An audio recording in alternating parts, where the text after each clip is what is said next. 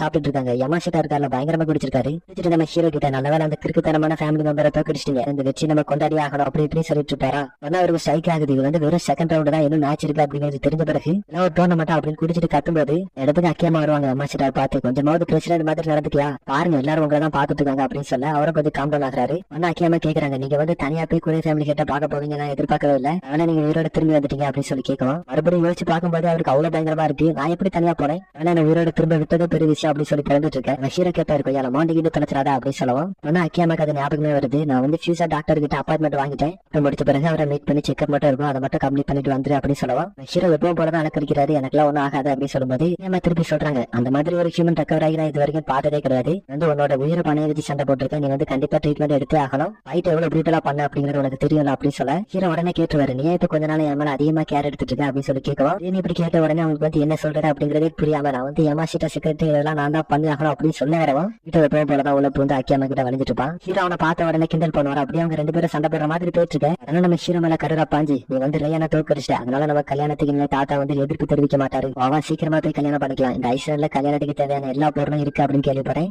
சீக்கிரமா போவோம் அப்படின்னு நம்ம ஹீரோ பிடிச்சி தொங்கிட்டு இருக்க. கொட்டோரில் ஹீட்டோவும் சேர்ந்துப்பான். அக்கோ கிட்டாக்கு இன்னைக்கு கல்யாணம் பண்றோம் அப்படின்னு சொல்லி கையை காட்ட ஏமா கருரா கிட்ட கேட்பாங்க, நீ வந்து ஹை ஸ்கூல் தானே படிக்கிற, அப்புறம் எப்படி கல்யாணம் அப்படி இப்படின்னு கேட்க எனக்கு 16 வயசு ஆகுது அப்படின்னு நம்ம ஹீரோ கிட்ட கேட்பாளா, அதுக்கு எப்படி ரெஸ்பாண்ட் பண்ணணும் அப்படிங்கறதே தெரியாம அப்படின்னு சொல்லிட்டு போவாரு. அதான் போக இருந்த நம்ம ஹீரோ பிடிச்சு வச்சு இதுல வெக்கப்பட்டதுலாம் ஒண்ணு இல்ல, தைரியமா சொல்லுங்க அப்படின்னு சொல்லி கேட்க வந்து அக்கியமா இது வந்து கிரைம் அப்படின்னு சொல்ல இந்த மாதிரி டாக் வந்து இங்க கொஞ்சம் ஃபன்னா போயிட்டு இருக்கோம். அதே சமயத்துல ஐஸ்லாண்ட் ஃபுல்லாவே அனௌன்ஸ்மெண்ட் பண்ணிட்டு இருக்காங்க, டோர்னமெண்ட் வந்து அந்த கொஞ்ச நேரத்துக்கு ஒதுக்கி வைக்கிறோம், முடிஞ்ச பிறகு மேட்ச் ஸ்டார்ட் ஆயிரும், அது வரைக்கும் இந்த ஐஸ்லாண்ட்ல இருக்கக்கூடிய எல்லாத்தையும் என்ஜாய் பண்ணுங்க அப்படின்னு சொல்லி அனௌன்ஸ்மெண்ட் அங்க எண்டாக எப்படியும் பார்ல பார்த்தோம்னா நம்ம ஹீரோவும் யமாஷிதாவும் தனியா இருந்து பேசிட்டு இருப்பாங்க. யமாஷிதா வழக்கம் போலதான் அவரோட வாழ்க்கையை நினைச்சு போலந்துட்டு இருக்க. நம்ம ஹீரோ வந்து அவ்வளவு நேரம் நல்லா தான் பேசிட்டு இருந்திருப்பாரு, ஆனா யாரோ கீழே இந்த மாதிரி சவுண்ட் கேட்கும். யமாஷிதா மட்டும் இல்ல அக்கியமா எல்லாரும் என்ன ஆச்சு அப்படின்னு சொல்லி திரும்பி பார்க்கும்போது அதான் நம்ம ஹீரோ வந்து இப்படி விழுந்து கிடப்பாரு. உடனே இந்த அறநிலைய இருக்கக்கூடிய ஒரு ஹாஸ்பிட்டல் நம்ம ஹீரோ அட்மிட் பண்றாங்க. ஏக்கத்தில் இருக்கக்கூடிய நம்ம ஹீரோவுக்கு ஒரு கனவு மாதிரி வருது, நிக்கோவை பத்தி தான். இதுல நம்ம ஹீரோ வாழ்ந்துட்டு இருக்கக்கூடிய இடம் வந்து ரொம்பவுமே பூராதானே இருக்கும், அதனால சாப்பாடு சாப்பிடறதுக்காக ஒரு கேங் லீடர் கிட்ட போய் சண்டை போட்டுட்டு இருப்பாரு. கேங்ல உள்ளவங்க எல்லாம் சும்மாவா இருப்பானுங்க, சின்ன பையன் கூட பார்க்காம நம்ம ஹீரோ போட்டு அடிச்சிட்டு இருக்க இடத்துக்கு நம்ம நிக்கோ வந்து நம்ம ஹீரோ காப்பாற்றும் போது ஒரு லெசனோட தான் அவரை காப்பாத்துவாரு. ஏன்னா இப்போதைக்கு நம்ம ஹீரோ வந்து நிக்கோ ஒரு மாஸ்டரா ஏத்துக்கல, அவனை எப்படியாவது மாத்திரணும் அப்படின்னு கஷ்டப்பட்டு இருப்பாரு. நேரடியா சொன்னா கேட்க மாட்டான் அப்படிங்கறதுனால இந்த மாதிரி வாய்ப்பு கிடைக்கும் போது அவனுக்கு டெமாலிஷ் பண்ணி காமிக்கிறது. கோவத்துல இருக்கக்கூடிய நம்ம ஹீரோ பார்த்து வயலன்ஸ் அப்படிங்கறத வயலன்ஸால மட்டும் தோக்கடிக்க முடியும், வயலன்ஸை வச்சு நீ சும்மா சண்டை போடாம உன்னோட இன்னர் டாக்டிக்ஸை யூஸ் பண்ணி சண்டை போட்டனா இது வந்து பெட்டரா இருக்கும் அப்படின்னு அந்த இடத்துல வச்சு லெசன் எடுப்பாரு. அதுல குழந்தைய இருக்கக்கூடிய நம்ம ஹீரோ வந்து நீ என்ன சொல்ற அப்படிங்கறது எனக்கு புரியல அப்படின்னு சொல்ற மாதிரியும் நிக்கோவும் நீ வந்து போக போக கத்துப்ப, ஆனா அதுக்கான டைம் வாக்கிட்ட இல்ல அப்படின்னு நிக்கோ சொல்ற மாதிரி இவர் யோசிச்சு பாக்குறாரு. இவர் கொஞ்சம் கொஞ்சமா இறந்துட்டு இருக்காருல, அதுக்குள்ள நிக்கோ என்ன சொன்னா அப்படிங்கறத தெரிஞ்சுக்கணும் அப்படின்னு ஆசைப்படுறாரு. யமாஷிதா வந்து நம்ம ஹீரோக்கு இப்படி நடந்ததுக்கு நான் தான் காரணம் அப்படின்னு சொல்லி அவர் மேலே அவர் பிளேம் பண்ணிப்பாரு. அக்கியமான ஒரு வருத்தத்தோட நின்று நம்ம ஹீரோ பாத்துட்டு இருக்கா. அப்பதான் யமாஷிதா ஃபியூச்சர் டாக்டர் கிட்ட கேட்பாரு, இப்போ மட்டும் அவர் ஏதாவது ட்ரீட்மெண்ட் எடுத்து நல்லா ரெஸ்ட் எடுத்தாருன்னா அவருக்கு வந்து குணமாக வாய்ப்பு இருக்கா அப்படின்னு சொல்லி கேட்கும்போது எஸ் அவர் வந்து குணமாகிறதுக்கான வாய்ப்பு வந்து அதிகமா இருக்கு, ஆனா அதுக்கப்புறம் அவர் வாழ்க்கையில சண்டையே போட முடியாது, வந்து சாகிறத விட ஒரு கொடூரமான விஷயமா தான் இருக்கும் அவனை பொறுத்த வரைக்கும் அப்படின்னு ஃபியூச்சர் சொல்லும்போது இதை கேட்ட பிறகு நம்ம ஹீரோ வந்து ஒன்னு சண்டை போடுறதை நிறுத்தணும், இல்ல இதை பிடிச்ச இந்த ஃபைட்டிங் கரியரை விட்டு போகணும் அப்படிங்கறத கேட்ட பிறகு மாஷிட்டாவும் அக்கியமாவும் கொஞ்சம் ஒரு மாதிரி ஆயிடுவாங்க. இதான் ஃபியூசாவுமே சொல்லுவாரு. அப்படியே இந்த சீனங்க கட் பண்ண டெலிவிஷன் கம்பெனி சேர்மன் அவரோட ஃப்ரெண்ட் இனாபா ரயமனோட சீனியர் இவங்க எல்லாருமே சேர்ந்து நம்ம ஹீரோ பத்தி தான் பேசிட்டு இருப்பாங்க. ஃபைட் வந்து நல்லா பண்ணார்ல அப்படின்னு சொல்லி பேசிட்டு இருக்கும்போது தான் இஎம்ஐ பத்தியும் பேச்சு அடிபடுது. அடுத்த ஃபைட்ல அவனை கண்டினியூ பண்ண சொல்ல போறீங்களா இல்ல வித்ரா பண்ண சொல்ல போறீங்களா அப்படின்னு சொல்லிட்டு டெலிவிஷன் கம்பெனி சேர்மனும் கேட்க முதல்ல அவன் ஒத்துக்க மாட்டான் அப்படின்னு சொல்லிட்டு இந்த ஒரு கேள்வியும் கேட்பாரு. எதுக்காக தேவைக்கு ஃபைட்டர்ஸ் தேவைப்பட்டாங்கன்னா எப்படி இருக்கிறது அப்படின்னு சொல்லி கேட்கும்போது அதுக்கு சேர்மனுமே சொல்றாரு, உனக்கு ஏதாவது ஃபைட்டர் ஒத்துக்கிட்டாங்கன்னா நீ வந்து ரிசர்வ் ஃபைட்டர் எடுத்துக்கலாம் அப்படின்னு சொல்லும்போது இருந்து நோய சாப்பாடு குறிவரும் குறைச்சிட்டு இருப்பான். அதை காமிக்கிறாங்க. அப்படியே அந்த சீனங்க கட் பண்ணிட்டு ரியல் எஸ்டேட் பிரசிடென்ட் பர்கல் கம்பெனி சேர்மன் இன்னொரு சேர்மனுமே இருக்கிறாரு. அடுத்து யாரு சேர்மன் ஆக போறா அப்படிங்கறத பத்தி பேசிட்டு இருக்காங்க. நமக்கு வந்து அடுத்து யாரு சேர்மனா இருப்பாங்கன்னு தோணுதோ அவங்க சைடு இருக்கிறதா நமக்கு நல்லது அப்படின்னு சொல்லி இவங்க 3 பேரும் பேசிட்டு இருக்க. நெக்ஸ்ட் அப்படியே அந்த சீனங்க கட் பண்ண டிசன்கா சேர்மன் வச்சிருப்பாங்க. அவனும் ரெய்னா இருக்காங்களே, இவங்க 2 பேரும் சேர்ந்து பேசிட்டு இருப்பாங்க. உன் ஃபைட்டர் வின் பண்ணுவானா இல்ல என் ஃபைட்டர் வின் பண்ணுவானா, ஃபைனல்ஸ்க்கு 2 பேரும் வந்தா யாரு வின் பண்ணுவா அப்படின்னு சொல்லி பேசிட்டு இருப்பாங்க. 2 பேரும் இப்படி இங்க பேசிட்டு இருக்க. அப்படியே அந்த சீனங்க கட் பண்ணா நம்ம சேர்மன் பெருசும் ஃபேமிலியோட ஹெட் இவங்க 2 பேரும் சேர்ந்து பேசிட்டு இருக்கதை காமிக்கிறாங்க. நம்ம சேர்மன் பெருசு இருக்காருல அவர் கூட ஃபேமிலி ஹெட் கிட்ட தான் கேட்பாரு, போன ஃபைட்ல தோத்துட்டா போல நான் இதை எதிர்பார்க்கவே இல்லை அப்படி இப்படின்னு சொல்லி கேட்கும்போது அவருமே சொல்றாரு, ரேயான் தோத்து போயிட்டான், அதை நானே எதிர்பார்க்கல, இப்ப இதுல என்ன பிரச்சனைனா அவரோட பேத்தி பின்னாடி சுத்திட்டு இருக்கா அப்படின்னு சொல்லி கத்திட்டு இருப்பாரு. நம்ம பெருசு என்ன சொல்லுவாருன்னா அவங்க சின்ன பசங்க அவங்களுக்கு தேவையானதை அவங்க தான் எடுத்துப்பாங்க.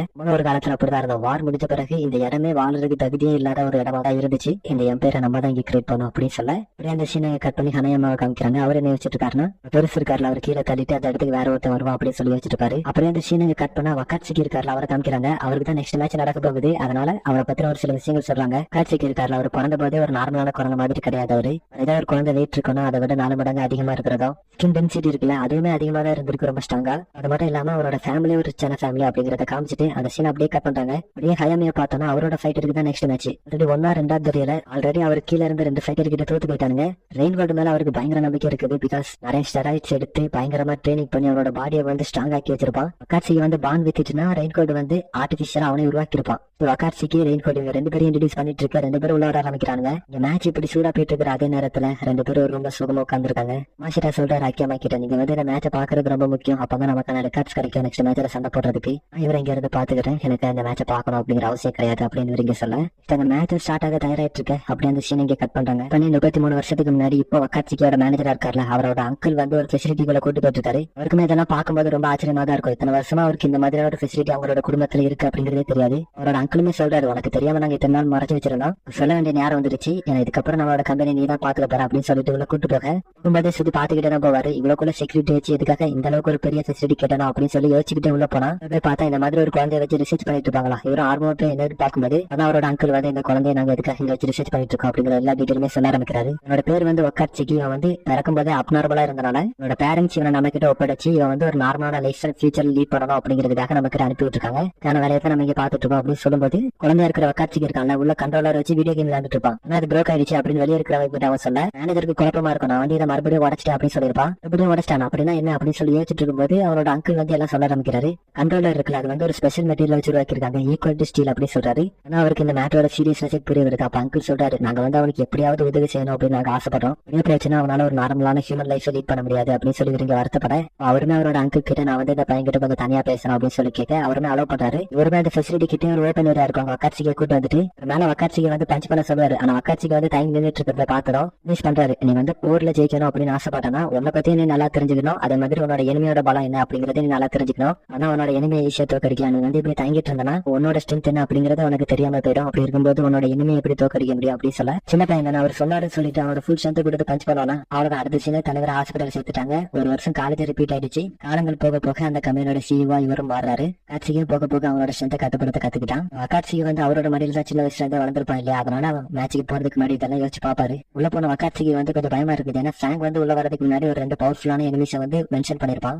ஒன்னு ரேயான் அப்படிங்கிறது தெரியும், இன்னொன்னு இவனா தான் இருக்கும் அப்படின்னு சொல்லி இங்க ட்ரெம்பிள் ஆயிட்டு இருக்க. இவருக்கு வந்து ரெயின்கோட் கிட்ட போனதுமே அவனை விட இவர் வந்து வீக்கா இருக்கிறதா ஃபீல் பண்றாரு. அதனால அவரே அவரோட மைண்டை கூல் பண்ண ஆரம்பிக்கிறாரு. ஏன்னா பதட்டமா இருந்தா எந்த ஒரு காரியமும் ஒழுங்கா நடக்காது அப்படிங்கறதுனால அவரோட மைண்டை நல்லா கூல் பண்ணிட்டு ஃபைட் பண்ண தயாராயிட்டு இருக்காரு. ப்ரீ மேட்ச் ஸ்டார்ட் பண்ணிடுறாரு. மேட்ச் ஸ்டார்ட் ஆனவங்க இந்த 2 பேரும் சேத்தாப்புல கையிலேயே மாத்தி மாத்தி குட்டிப்பானுங்க. ஏற்படக்கூடிய பிரஷர் இருக்குல்ல, அதுல அந்த ஸ்டேடியமே அதிரும். எல்லாத்தையும் ஃபேங் மேல இருந்து பாத்துருக்கிற மாதிரி காமிக்கிறாங்க. அவன் என்ன யோசிக்கிறானா, இந்த 2 பேரும் ஸ்ட்ரென்த்தை பொறுத்த வரைக்கும் ஈக்குவலா இருக்கிறாங்க, இவங்க வந்து வின் பண்றாங்களோ இல்லையோ மாத்தி மாத்தி பயங்கரமா இன்ஜூர் பண்ணிப்பானுங்க அப்படின்னு சொல்லி யோசிச்சுட்டு இருக்கேன். சைடு கோலானுமே அவரோட மேனேஜர் கிட்ட வக்காட்சிக்கு வந்து ஒரு நல்ல ஃபைட்டர் அப்படிங்கிறது எனக்கு தெரியும், ரெயின்கோல்டு தான் வின் பண்றதுக்கான வாய்ப்பு இருக்கு அப்படின்ற மாதிரி சொல்லிட்டு இருப்பான். அதே சமயத்துல கிசங்கா இருக்காங்க, அவரோட மேனேஜர் பேர் வந்து டோகோ.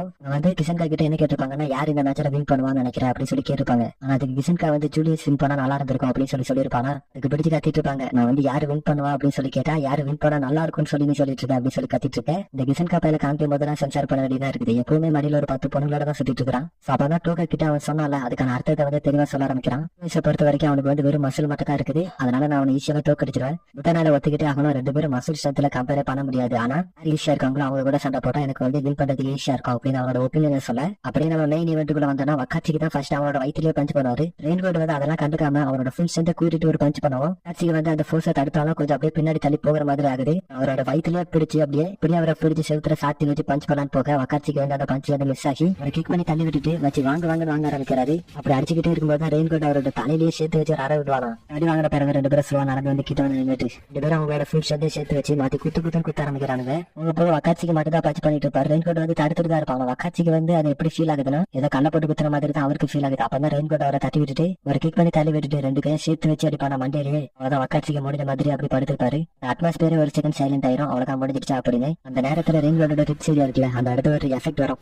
ரெயின்கோட் தூக்கி வீசப்படுறான். என்னன்னு பார்த்தா வக்காட்சிக்கு ஒரு ஸ்பெஷல் டெக்னிக் யூஸ் பண்ணிருக்காரு. ஸ்பெஷல் டெக்னிக்கை வந்து ஃபேங்குக்கு எதிராக யூஸ் பண்ணணும் அப்படின்னு வச்சிருப்பாரு. பட் ஃபேங் இதை பாத்துருவான். ஆக்சுவலி ஆடியன்ஸ் எல்லாருமே இதை பாத்துருவாங்க. இந்த டெக்னிக் வந்து பிளாஸ்ட் கோர் அப்படின்னு ஒரு நேம் வச்சிருக்காரு. ஸ்ப்ரிங் இருக்கு இல்லையா, அதை நல்லா ஹோல்ட் பண்ணிட்டு விட்டீங்கன்னா அது வந்து ஒரு எஃபெக்ட் வெளிப்படுத்தும். இந்த மாதிரி அவரோட பாடி மசில் எல்லாத்தையும் நல்லா கம்ப்ரஸ் பண்ணி ரிலீஸ் பண்ணும்போது ரெயின்கோட் வந்து வயிற்று பிடிச்சிட்டு உட்காந்துருப்பான். வந்து கொஞ்சமாவது காட்சியஸா இருந்திருக்கணும். நான் வந்து கவனத்தை செதற விட்டது என்னோட தப்பு தான் பண்ணிட்டேன். அவனை வந்து என்னோட பாடியோட முக்கியமான பகுதியில அடிக்க விட்டுக்க கூடாது அப்படின்னு சொல்லி யோசிச்சுட்டு இருக்கேன். காட்சிக்கு அவனோட வேஸ்ட்டை பிடிச்சி தள்ளிக்கிட்டே போவாரா.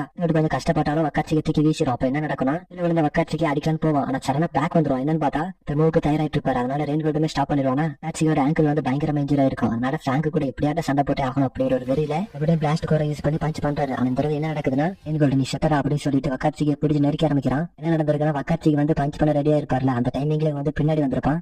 நார்மலா வக்காட்சிக்கு வந்து பஞ்ச் பண்றாருன்னா அதை விட 2 times ஷார்ட்டரா தான் பிளாஸ்ட் கோர் பஞ்சோட நீளம் இருக்குது. அதை வந்து ஆல்ரெடி அவன் கெஸ் பண்ணிருப்பான். அதனால இம்பாக்ட் ஆகக்கூடிய அந்த ஒரு டைம்ல கொஞ்சம் பின்னாடி போய் தப்பிச்சிருப்பான். அப்பதான் ஹயாமி வந்து வக்காட்சியை பத்தி யோசிப்பாரு, நீ வந்து ரெயின்கோட ரொம்ப தப்பா இட போட்டுட்டேன், பாக்குறதுக்கு தான் மாற மாதிரி இருந்தாலும் சும்மா இருக்கிற டைம்ல நிறையவே புக் படிப்பான். அந்த புக்கோட இன்டெலிஜென்ஸும் இந்த ஸ்ட்ரென்த்தும் சேரும்போது அவனை யாருமே தடுக்க முடியாது அப்படின்னு சொல்லி ஹயாமி யோசிச்சுட்டு இருக்கேன். வக்காட்சியோட பாடி பார்ட்ஸ் எல்லாமே நொறுக்கிற மாதிரி சவுண்ட் போட்டுட்டு இருக்கோம். அப்பதான் ரெயின்கோட் வந்து ஒன்னு ஃபீல் பண்றான். வக்காட்சியோட உடம்பு இருக்குல்ல அது வந்து சின்னதான மாதிரி அவன் ஃபீல் பண்றான்.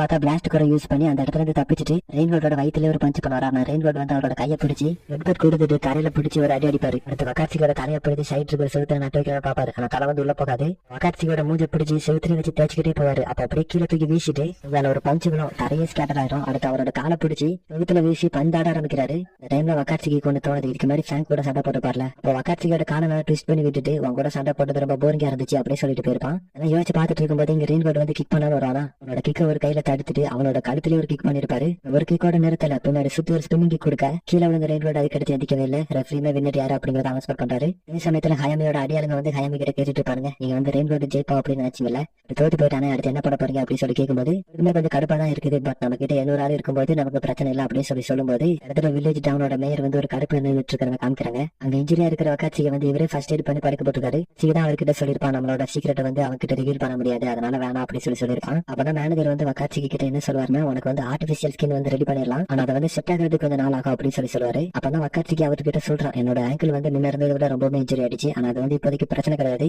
வந்து ஃபேங்கு கிட்ட சீக்கிரட்டா யூஸ் பண்ணணும்னு நினைச்ச டெக்னிக் வந்து நீ சீக்கிரட்டா இருக்க போறது கிடையாது அப்படின்னு சொல்லி வருத்தப்படுவான். அப்படியே அந்த சீனங்க கட் பண்ண டோகோ இருக்காங்களா, அவங்க கண்டாய் சேர்மனை பாக்குறதுக்காக ஒரு கடுப்போட வந்திருப்பாங்க. அதான் கண்டாய் சேர்மனமே கேட்கிறாரு, நான் வந்து ஹயாமி செகண்ட் ரவுண்ட்ல தோத்து போவாரு அப்படின்னு சொல்லி எதிர்பார்க்கவே இல்லை, நாளை அவரோட இன்ஃபுளுன்ஸை கொஞ்சம் கொஞ்சமா இறந்துகிட்டே வருவாரு அப்படின்னு சொல்லும்போது டோகோ அதை பத்தி எல்லாம் கவலைப்பட மாதிரி இல்ல, அவனுக்கு என்னாலும் எனக்கு ஒரு பிரச்சனை கிடையாது, ஆனா இப்ப வின்னர் யாரு அப்படிங்கறத இங்க பிரச்சனை. ஏன்னா வக்காட்சியோட மேனேஜர் இருக்காருல, அவர் வந்து நோகியோட சப்போர்ட்டர் அப்படிங்கிறது இவங்களுக்கு தெரிய வந்திருக்கும். எப்படி வின் பண்ண நோகி தான் சேர்மன் ஆகிறதுக்கு ஓட் பண்ணுவான் அப்படின்னு சொல்லி இவங்க பேசும்போது சேர்மன் வந்து அதை பத்தி பெருசா கண்டுக்கவே மாட்டாரு. இவங்க வந்து ஹயாமி தோத்து போயிட்டாருன்னா அவரோட இடத்துக்கு வேற யார் வருவா அப்படிங்கறது நமக்கு தெரியாது அப்படி இப்படின்னு பேசிட்டு இருப்பாங்களா. உனக்கு என்ன வேணும் அப்படிங்கறது தெளிவா சொல்லு அப்படின்னு கண்டாய் சேர்மன் கேட்க, இருக்கக்கூடிய முட்டாத்தனமான மெம்பர்ஸ் நீ மட்டும் தான் கொஞ்சம் உருப்படியான ஆளு, நீ வந்து நான் மேல வரதுக்கு கொஞ்சம் பேக்கப் மட்டும் பண்ணா போதும் அப்படின்னு சொல்லி கேட்க, அது குண்டா என்ன சொல்வாருன்னா, நம்ம 2 பேரும் சேர்ந்து ஒரு டீம் ஃபார்ம் பண்ணோம்னா இந்த மெம்பர்ஸ்குள்ள ஒரு மிகப்பெரிய பவரா இருக்கும், ஆனா நீ வந்து நான் உனக்கு பேக்கப் மட்டும் பண்ணா போதுன்னு சொல்றேன், நீ உன்னை பத்தி ரொம்ப பெருசா நடத்திக்கிற மாதிரி இல்ல அப்படின்னு சொல்லி கேட்க, இது டோக என்ன சொல்லுவாங்கன்னா, இப்ப நடக்க போற மேட்ச்ல யார் வின் பண்றாங்களோ அவங்க நம்ம ஃபார்ம் பண்ண போற டீமோட ஹெட்டா இருப்பாங்க அப்படின்னு சொல்லும்போது நீங்க இந்த மாதிரி இங்க பிளான் பண்ணிட்டு இருக்காங்க. செக்கியா பிசியை காமிக்கிறாங்க. அப்ப அந்த இடத்துல செக்கியா பிசி வந்து புக் படிச்சுட்டு இருப்பாரு. அப்ப ஹரு வந்து அவர் சொன்னதா சொல்லி ஒரு பேக்கேஜ் வாங்கிட்டு வந்திருப்பான், இதுக்காக மேட்சுக்கு போறதுக்கு முன்னாடி வாங்கிட்டு வர சொன்னீங்க அப்படின்னு சொல்லி அவனும் கேட்க, வேற ப்ரோ ரெஸ்லிங் எப்படி இருக்குன்னு சொல்லி பாத்திருக்கேன் அப்படின்னு சொல்லி கேட்கும்போது அவனு இல்லைன்னு சொல்றான். நீ பாக்கலன்னா பிரச்சனை இல்லை, நான் வந்து உனக்கு ப்ரோ ரெஸ்லிங் என்ன அப்படின்னு சொல்லி காமிக்கிறேன்னு சொல்லிட்டு பேக்கேஜ் அப்படியே ஓபன் பண்றாரு. என்னன்னு சொல்லி காமிக்கல அப்படியே இந்த சீனை கட் பண்ண இந்த எபிசோட் இந்த இடத்துல எண்ட் ஆகுது.